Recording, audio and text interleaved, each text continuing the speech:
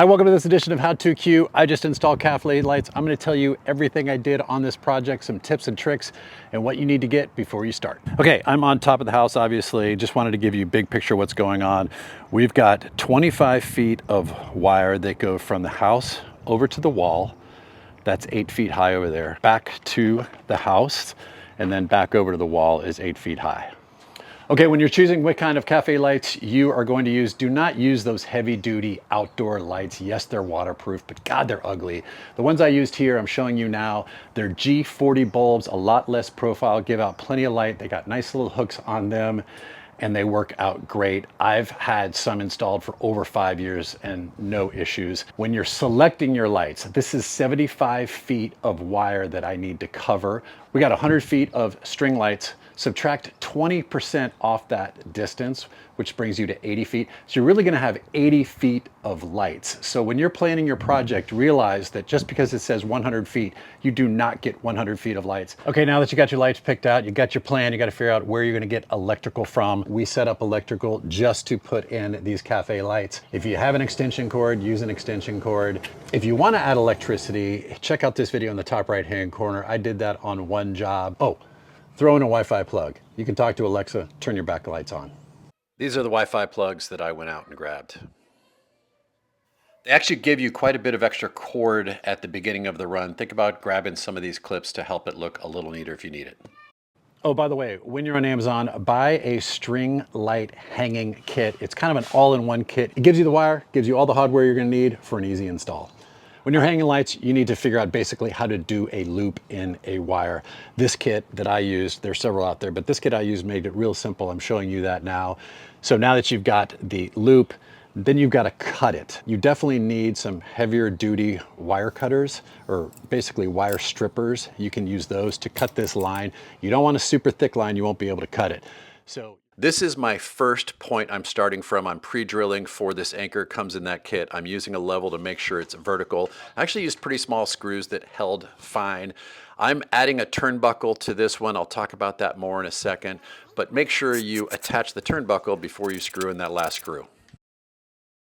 The key to this project are these turnbuckles, okay?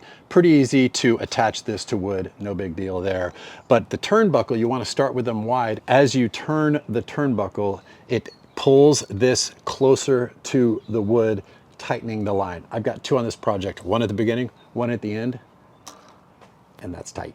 And here's a close-up of that turnbuckle. You can see me turning the centerpiece. My left hand is holding the wire so that doesn't spin. Also, using a flathead screwdriver really helps. And again, that's just tightening up that wire.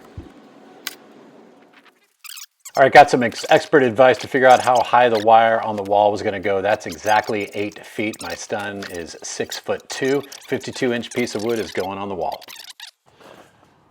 Okay, attaching that hardware to the wood, not a big deal. Attaching a piece of wood to a concrete block wall, a little more involved. I use Tapcon screws on this. I'm showing you that now. I have a drill that has a hammer drill. You can use a regular drill. You just don't want to do something like that for 20 of these, but a couple of these put up, use a regular drill, use Tapcon screws. The directions on how big the drill bit is and what kind of screw you need are right on the cover. This is what I used in this video. Came out pretty sweet. Don't forget to buy some white spray paint or whatever wall color you have to make it look even neater. Okay, this connection is a little different. This is the only hardware I bought outside of that light hanging kit. It's a screw I got at Ace Hardware. And also made another loop, again, to keep the wire from pulling in either direction. It kind of secures it more to this post. I could make this look a little neater, but it works and it looks good. Okay, this is the third connection, 1, 2, 3. Yeah, this is the third connection. Okay, on this one, we basically used 2 carabiners. What's nice about this one is we could put the wire through one of the carabiners so it actually holds it tight up against the house so we can begin our new run and the lights won't pull that direction. Okay, when you get to the end of the run, hopefully you're gonna have some extra lights available. All I did was cut the end of this off, added some heat shrink tubing to make it a little more waterproof.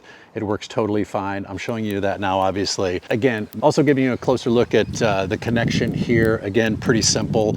Again, we've got the turnbuckle here. So we got one at the end and one at the beginning, and that is tight. All right, that's it for this edition of How To Q. Oh, wait a minute. You probably want to see this at night. What I love is you can dim these or make them bright, but this is just a good look. Wow, what a difference these cafe lights make in this backyard.